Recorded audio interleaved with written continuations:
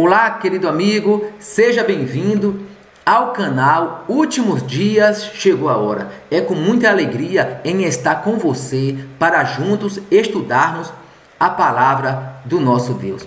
E no vídeo de hoje vamos voltar ao início da história humana, aos dias de Noé, um tempo de muita corrupção, descrença e zombaria, assim como nos dias atuais. Mas antes, quero te convidar a fazermos uma oração. Pai Santo Eterno Deus, nossa gratidão por este momento, pelo privilégio de podermos estudar a Tua Palavra.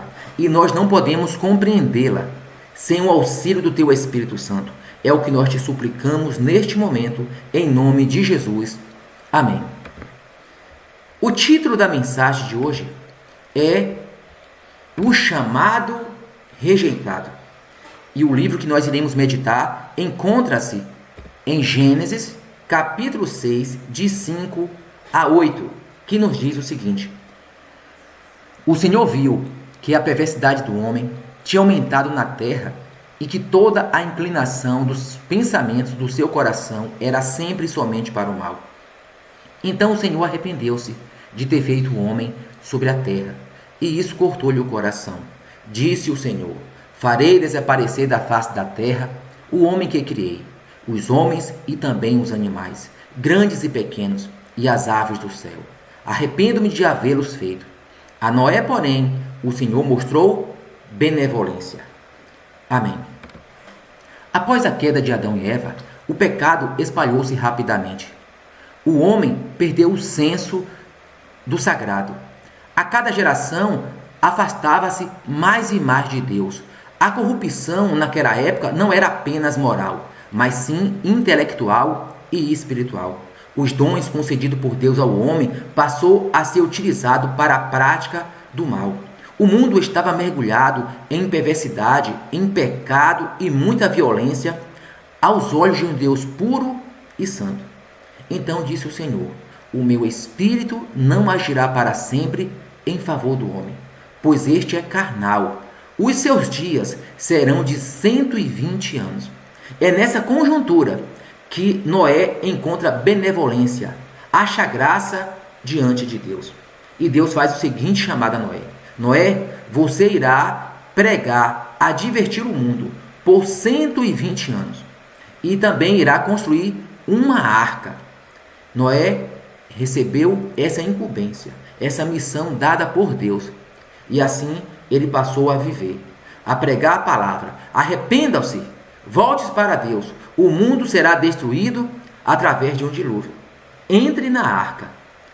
Diz a serva do Senhor, em Patriarcas e Profetas, página 96. Enquanto Noé advertiu o mundo, suas obras testificavam de sua sinceridade, assim como sua voz soava em advertência e súplica. Suas mãos diligentemente construíam a arca. Cada pancada do martelo era um testemunho da fé. Ou seja, Noé não só pregava por palavras, mas as suas ações testificavam de sua fé. Nunca Deus deixou o mundo sem testemunho. Em todas as eras, antes que sobrevenham os castigos divinos, Ele envia uma mensagem para advertir os culpados e convidar os transgressores ao arrependimento. E aqui, em O Grande Conflito, página 343, comprova o que está relatado em Amós 3,7, que nos diz: Certamente o Senhor Deus não fará coisa alguma sem antes revelar os seus segredos aos seus servos, os profetas. Aqui nós iremos ver que Deus sempre agiu assim. Antes de enviar um juízo, Ele manda um mensageiro. Ele manda a mensagem, Ele adverte, Ele chama o povo ao arrependimento, Ele mostra o pecado, Ele mostra o caminho que o povo está percorrendo, o caminho de morte.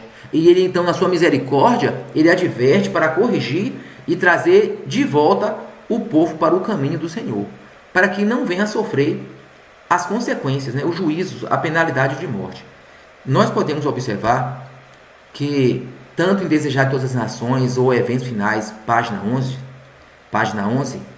nos diz o seguinte: a Noé veio a palavra: entra tu e toda a tua casa na arca, porque você é o único justo diante de mim. Gênesis 7:1. Noé obedeceu e foi salvo. A Ló foi enviada a mensagem: levantai-vos, sai deste lugar, porque o Senhor há de destruir a cidade. Gênesis 19:14. Ló colocou-se sob a guarda dos mensageiros celestes e foi salvo.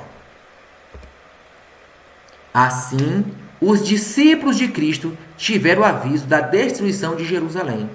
Os que estavam alerta quanto ao sinal da próxima ruína e fugiram da cidade, escaparam à destruição. Assim agora estamos dando aviso da segunda vinda de Cristo e da destruição iminente sobre o mundo. Aí condiciona: os que ouvirem a advertência serão salvos. Desejado de todas as nações, página 634, ou você também poderá encontrar em Eventos Finais, página 11. Nos testemunhos enviados ao seu povo, Deus fala a ele como antigamente falava a Israel por intermédio de seus profetas.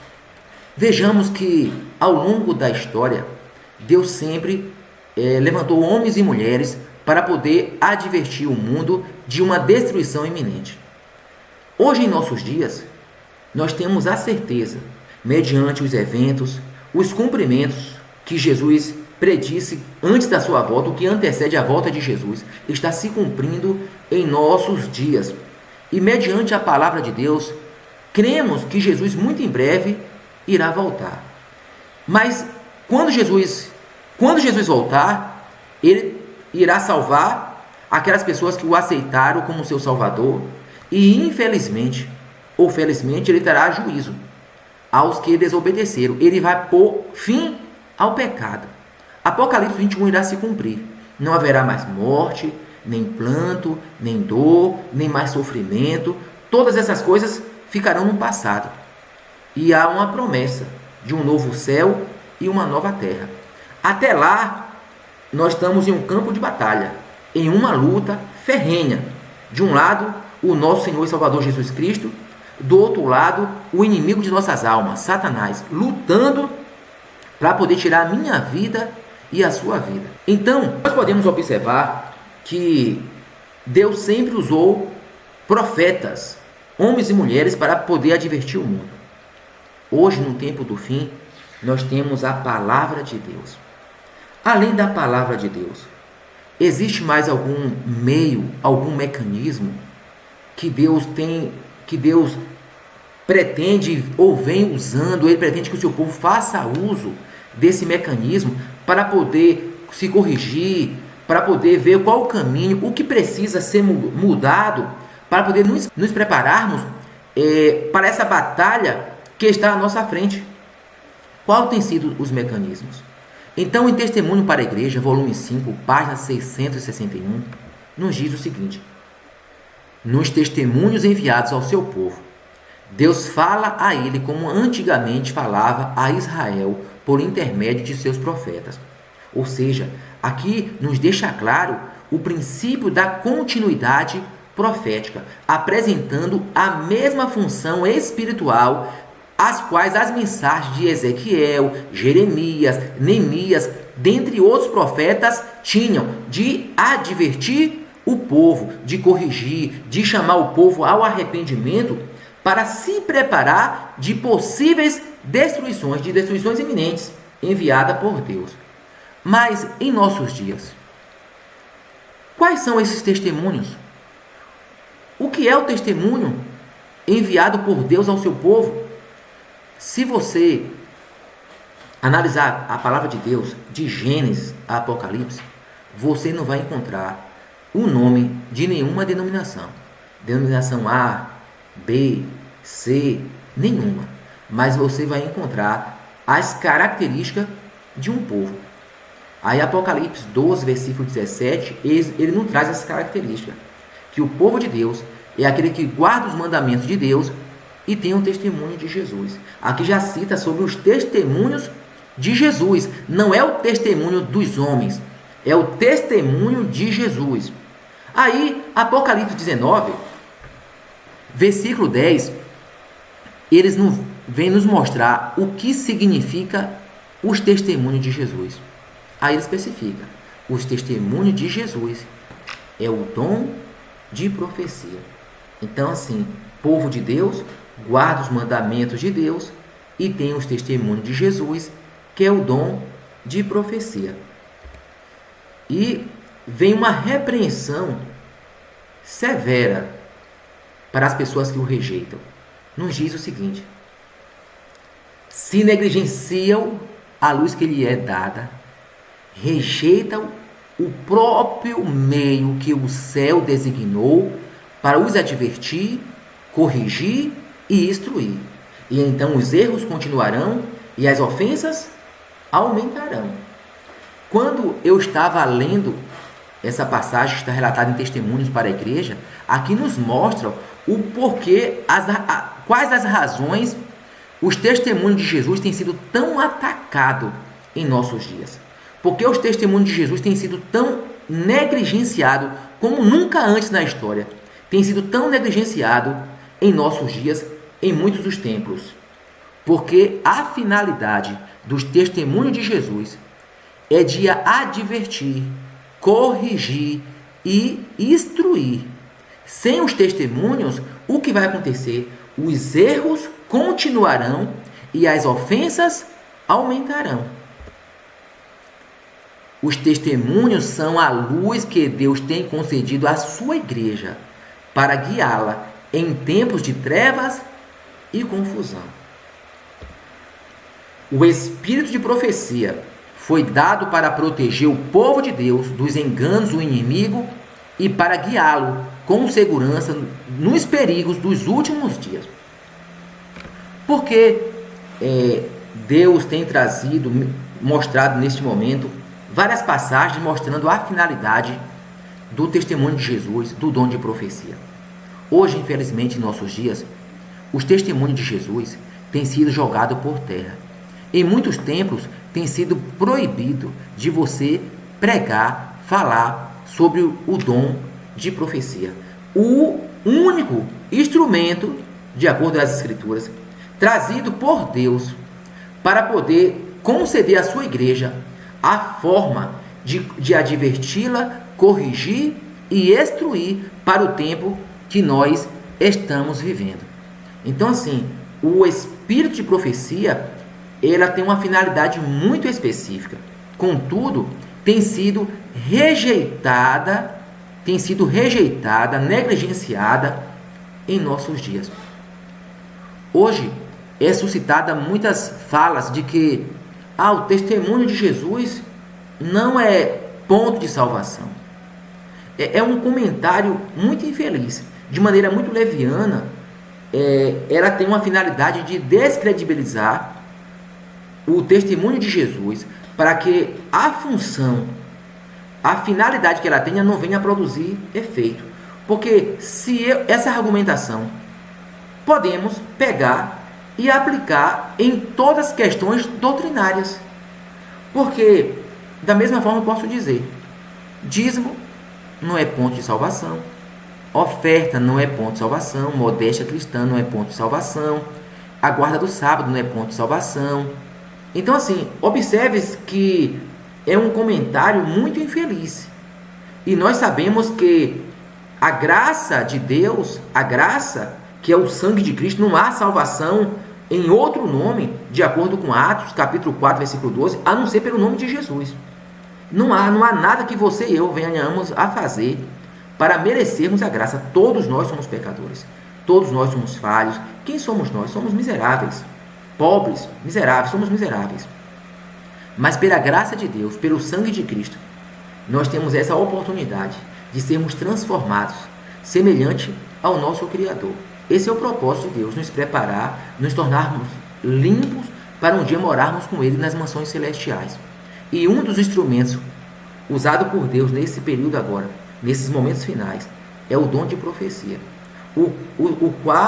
os quais têm a finalidade de nos preparar e de nos advertir e nos proteger dos perigos iminentes. É como se E ela mostra aqui que tem a mesma função profética, a mesma função dos antigos profetas. É como se Deus falasse assim: olha, Noé, construa a arca. O mundo será destruído através de um dilúvio. E Noé falasse assim: ó Senhor, eu não irei construir a arca não. Sua graça.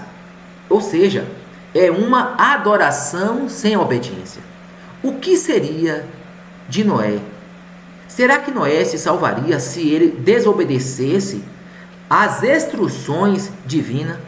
Se ele não construísse a arca como Deus ordenou? Vocês lembram da destruição de Sodoma? Quando Deus enviou os anjos mensageiros, se Ló não se colocasse sob a guarda dos mensageiros, será que Ló permanecesse na cidade e ignorasse as advertências, o chamado dos anjos mensageiros? Ló seria salvo? Será que os discípulos houvessem ignorado os sinais da destruição de Jerusalém no momento que eles deveriam se retirar da cidade? Qual era o sinal?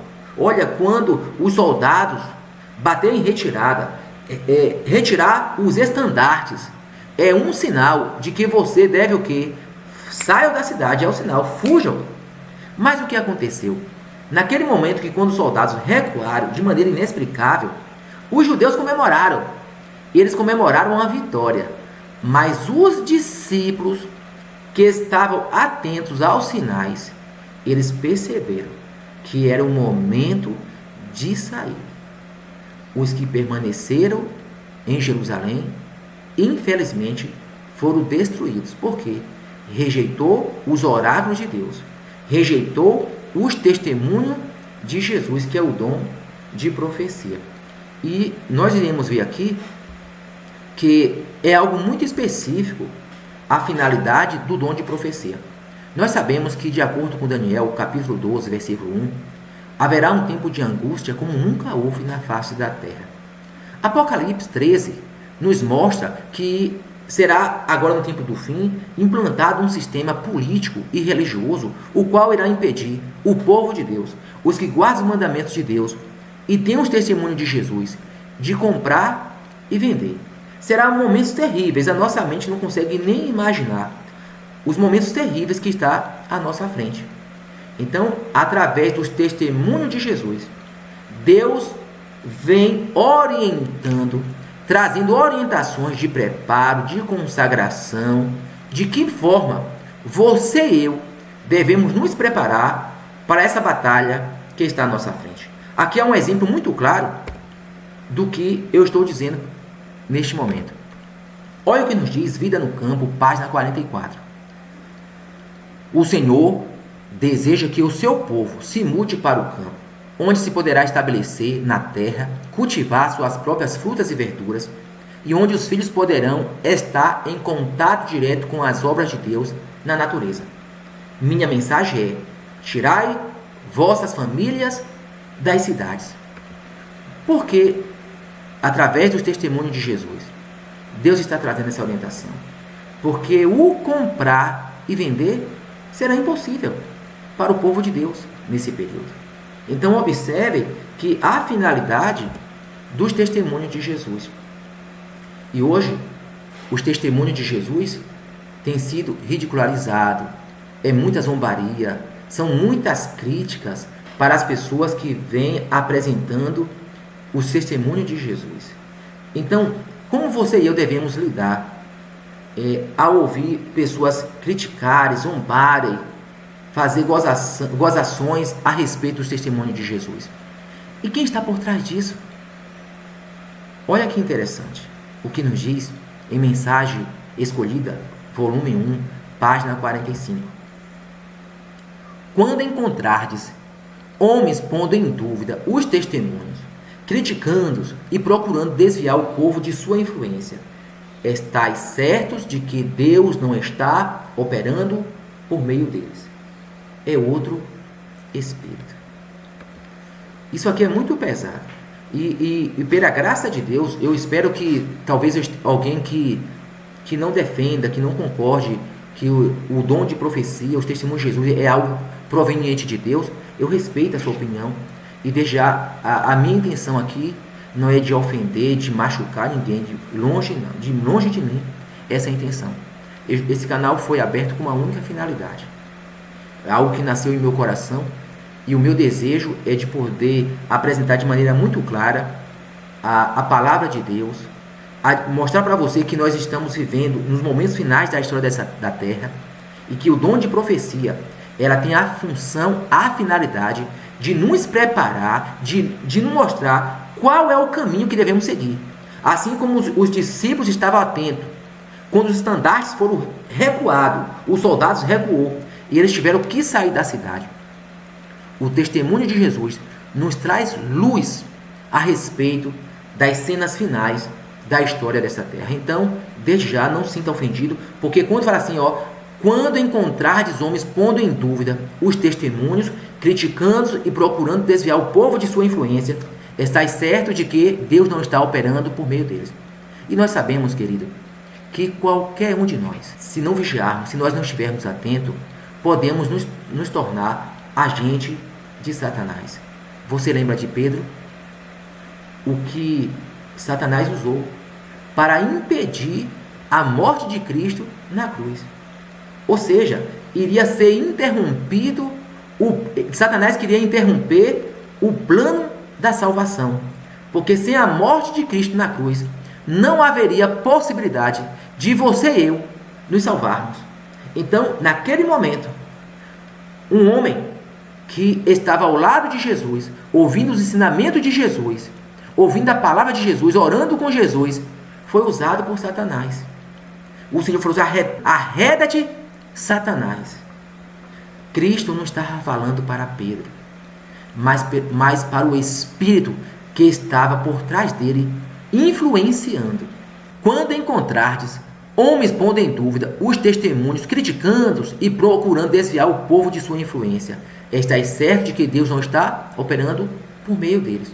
Ou seja, da mesma forma que Deus me ama, que Deus te ama, Deus também ama essas pessoas que estão nessa cegueira espiritual. Então, o que você e eu devemos fazer? É orar por essas pessoas. Posso perceber o equívoco que está cometendo. E aqui nós iremos ver em mensagens escolhidas quem está por trás disso. O maior interessado de jogar os testemunhos de Jesus por terra. O nosso maior inimigo, Satanás. Olha o que nos diz. Observe. O último engano de Satanás será tornar sem efeito o testemunho do Espírito de Deus. O nosso maior inimigo. O nosso maior adversário. Porque, não havendo profecia, o povo se corrompe. Satanás trabalha com todo o seu poder para lançar descrédito sobre a obra que Deus ordenou, para que a advertência não produza efeito e o povo não desperte. Observe que aqui tem algo muito específico, o objetivo de Satanás, para que o povo não desperte, permaneça na mornidão, na frieza espiritual, os olhos continuem com as escamas e o povo continue adormecido. De que forma Satanás ele faz isso? Lançando descrédito sobre a obra que Deus ordenou, para que a advertência não produza efeito. Querido, preste atenção no que eu irei falar neste momento. Satanás, ele não ataca apenas a mensagem. Ele ataca principalmente o mensageiro. Porque se ele consegue descredibilizar o mensageiro, a mensagem, as advertências, não produz o efeito que deveria produzir. Foi assim ao longo da história. Noé passou por isso. O próprio Jesus foi vítima desse descrédito. Vocês lembram o que os fariseus falaram a respeito de Jesus? Está relatado em Mateus 12, 24, que as obras de Jesus provinham do maligno. Quando os fariseus disseram que as obras de Jesus provinham do maligno, os fariseus tinham grande influência ali na sociedade. Então imagine quando ele falava que as obras de Jesus provinham do maligno, qual era a intenção de Satanás? Descredibilizar a palavra de Cristo para que a sua obra não produzisse efeito, que é o efeito de transformação, de salvação, porque o mensageiro foi descredibilizado. E é interessante que há um efeito manada, nesta obra de Satanás. Observe que quando alguém lhe rotula que você é louco, você é maluco, você é desequilibrado, você é fanático, acontece algo semelhante como aconteceu com Jesus e Barrabás. Observe que no momento que perguntou qual dos dois deveria soltar, Cristo ou Barrabás, então levantou um dos fariseus: crucifique a Cristo e liberte Barrabás. Aí ele repetiu: Barrabás, Barrabás, Barrabás, liberte Barrabás, Barrabás. E ali contaminou. Imediatamente o efeito manada é concretizado.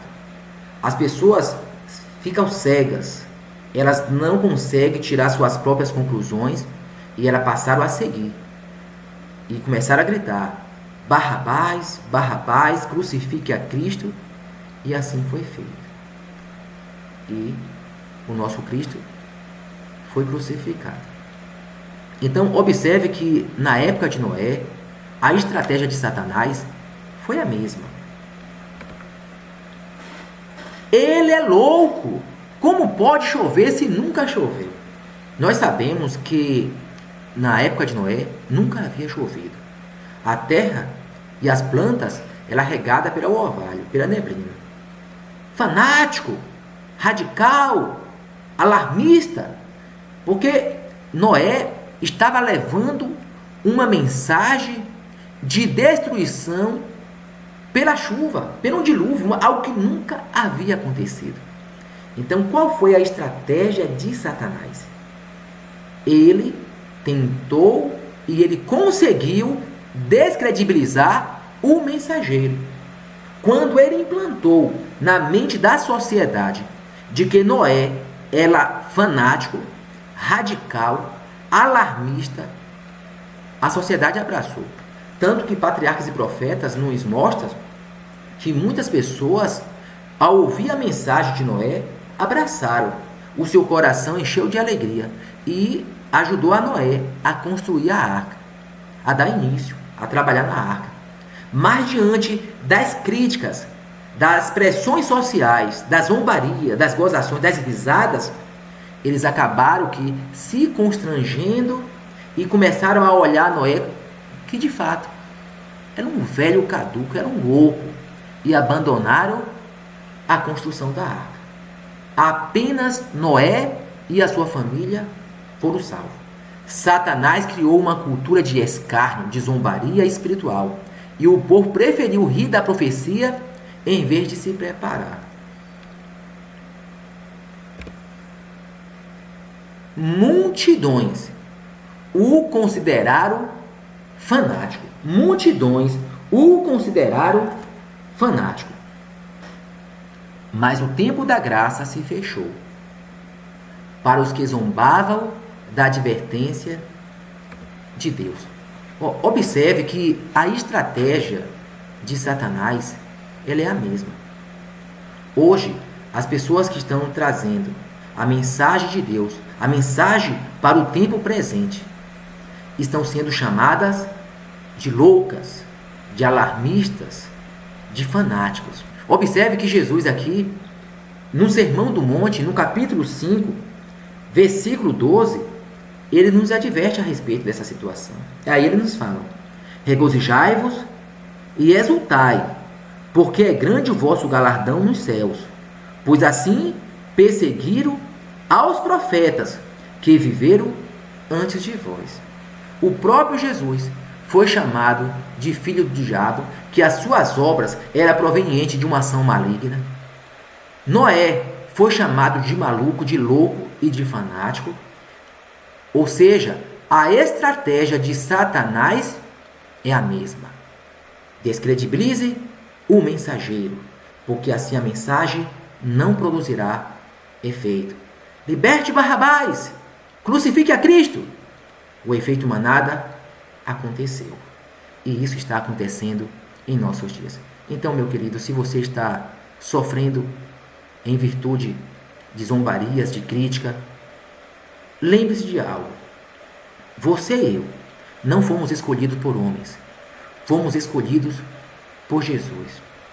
As pessoas em nossos dias, elas acreditem ou não, Jesus irá voltar.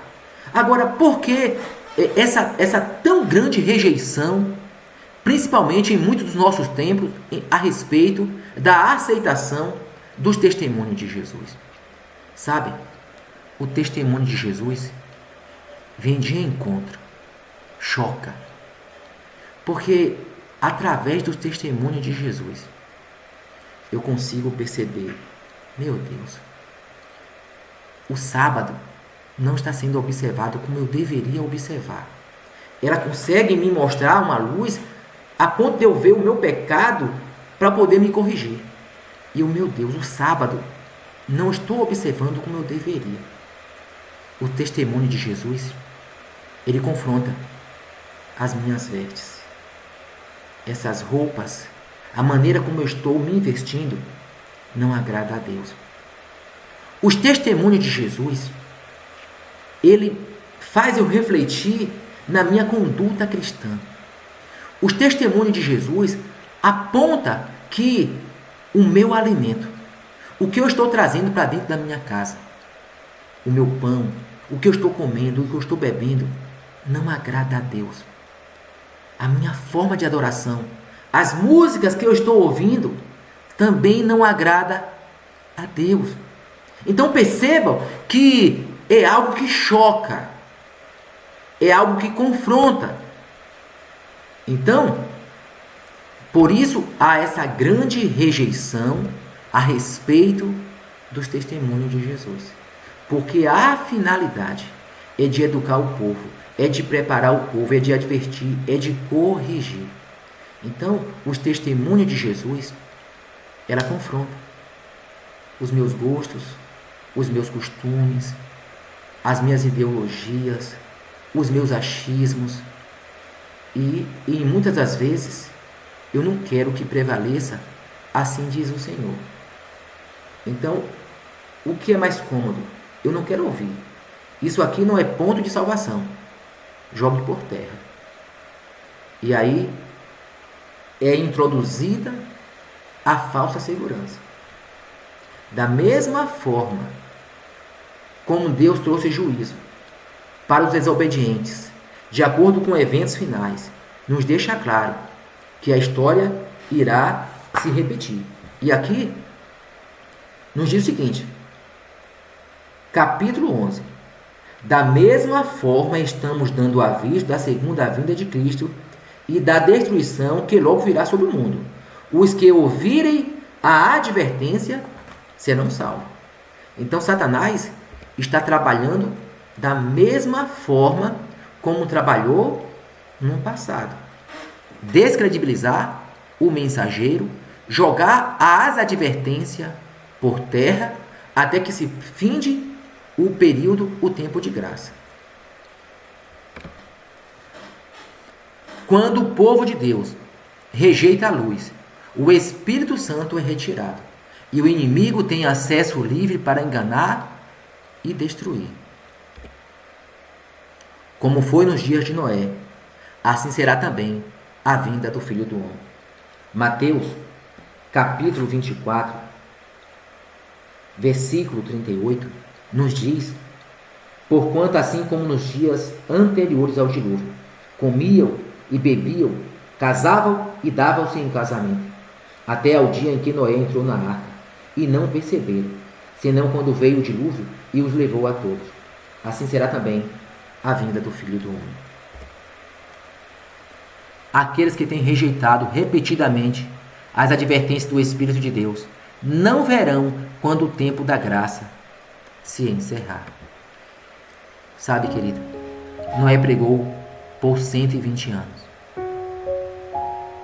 Arrependa-se, o dilúvio vem, entre na arca. Mas o povo não aceitou as advertências, rejeitaram o chamado. Um dia, a porta da arca foi fechada. Houve silêncio durante 7 dias. Nenhuma gota d'água, nenhum trovão. De repente, o raio corta o céu. As águas desabam. Então, eles perceberam. Mas já era tarde demais. A porta da arca estava fechada. Não adiantava mais. Os clamores, os pedidos de socorro, o pedido de misericórdia, não adiantava mais os joelhos dobrados, porque o Espírito Santo havia se retirado da terra. Mateus 24 nos diz que, de igual modo, será em nossos dias. O chamado está sendo feito. Jesus hoje está chamando o seu povo. Está dizendo, olha, a porta está se fechando. O tempo de graça está se findando. E o que está acontecendo? A história está se repetindo. As pessoas estão zombando, criticando, rotulando os mensageiros de Deus por maluco, por defender o testemunho de Jesus. Mas não deixe que a história antediluviana se repita em sua vida. Não permita que o efeito manada seja produzido na sua vida. Seja curioso. Leia as Escrituras. Vá para os testemunhos de Jesus e tire suas próprias conclusões. Não permita efeito manada na sua vida. Porque assim Satanás agiu com Noé, com Jeremias, com Ezequiel, com Abacuque, com Ageu, com tantos outros profetas. Agiu assim com Jesus. Então, não deixe que a história se repita em sua vida. Acredite ou não, aceite ou não, Jesus irá voltar. Jesus irá voltar e muito em breve toda a dor, todo o sofrimento chegará ao fim. E a maior alegria será um dia nos encontrarmos nas mansões celestiais. Que Deus te abençoe. Que Deus permaneça em sua vida. E até o próximo vídeo. E não esqueça de compartilhar essa mensagem com outras pessoas, para que ela possa perceber e receber o chamado de Deus antes que seja tarde demais, antes que a porta se feche. Que Deus te abençoe e lembre-se, conhecereis a verdade e a verdade vos libertará.